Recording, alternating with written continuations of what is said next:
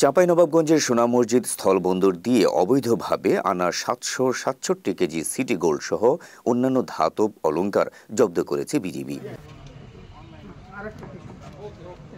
মঙ্গলবার ভোরে স্থলবন্দর এলাকায় একটি ট্রাকে তল্লাশি চালিয়ে অলংকারগুলো জব্দ করা হয়। এ সময় আব্দুস শুকুর নামে একজনকে আটক করা হয়।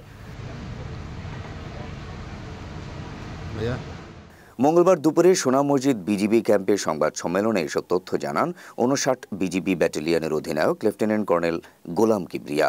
তিনি বলেন, গোপন সংবাদের ভিত্তিতে একটি ট্রাকে তল্লাশি চালায় বিজিবি সদস্যরা। এ সময় ভারত থেকে আমদানি করা চায়না ক্লের আড়ালে লুকিয়ে রাখা ৩৩০ কেজি সিটি গোল্ড ও ৪৩৭ কেজি অন্য ধাতব অলংকার জব্দ করা হয়। এ সময় ট্রাক চালক শিবগঞ্জ উপজেলার বালিয়াদিঘি গ্রামের আব্দুল খালেকের ছেলে আব্দুস শুকুরকে আটক করা হয়।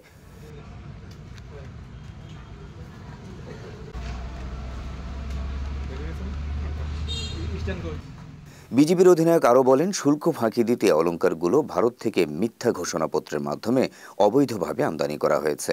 আমদানি ঘোষণাপত্রে ক্লে উল্লেখ করলেও আনা হয়েছে ধাতব অলংকার।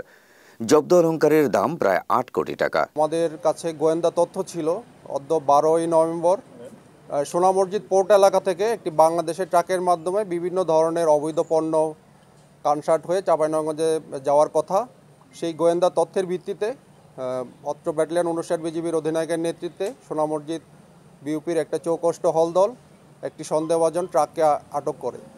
তো ট্রাক দিয়ে পণ্য পরিবহন হচ্ছিল চায়না ক্লে পাউডার। প্রতিটা বস্তা ছিল ৫০০ বস্তা, এক একটা বস্তার ওজন ৪০ কেজি। ৫৬টি বস্তা আমরা পাই এবং ৫৬টি বস্তা আমরা খুলে আমরা দেখতে পাই বিপুল পরিমাণ অলংকারাদি। এর মধ্যে রয়েছে রূপার প্রলেপের প্রায় ৪৩৭ কেজি অলংকার এবং সিটি গোল্ডের ৩৩০ কেজি সিটি গোল্ডের অলংকার। তো টোটাল আমাদের এখানে বিভিন্ন অবৈধ পণ্য ছিল অলংকারাদি প্রায় ১৯ মণের মতো, যার বাজার মূল্য আনুমানিক ৮ কোটি টাকা। এদিকে সোনা মসজিদ স্থলবন্দরে আধুনিক স্ক্যানার না থাকায় ক্লের বস্তার মধ্যে লুকিয়ে রাখা ধাতব অলংকার শনাক্ত করা যায়নি বলে জানিয়েছেন বন্দরের সহকারী রাজস্ব কর্মকর্তা এস.এম. জাকারিয়া। যে ইম্পোর্টার হচ্ছে কাজী ট্রেডার্স আর কি, ওনারা হচ্ছে চায়না ক্লে পাউডার, আপনাদের সামনেই সেটা আছে দেখেন। এই পণ্যটা হচ্ছে পাউডার ফরম্যাটে আনা এবং এই যে স্যার যেটা বললেন এটাতে হলো ৫০০টি ব্যাগ ছিল। এই ৫০০টি ব্যাগের মধ্যে ৫৬টি ব্যাগের ভিতরে এই ইমিটেশন জুয়েলারিগুলো পাওয়া গিয়েছে। তো বিষয়টা হচ্ছে যে এটা দেখেন পাউডার ফরম্যাটে, এটা মানে প্রত্যেকটা যদি প্যাকেট কাটা হয় তাহলে পণ্যটা মানে যে ইম্পোর্টার সেটা ট্রেড ফ্যাসিলিটিসটা থাকে না, মানে পণ্য এটা যদি মানে আইডেন্টিফাই করতে হয় এটা গোপন সংবাদের ভিত্তিতেই বিজিবি আটক করেছে। আর আমাদের এখানে যদি স্ক্যানার থাকতো তাহলে দেখা যেত যে স্ক্যান হয়ে যাওয়ার সময় হলে তাহলে এই পণ্যগুলো ডিটেক্ট করা সম্ভব।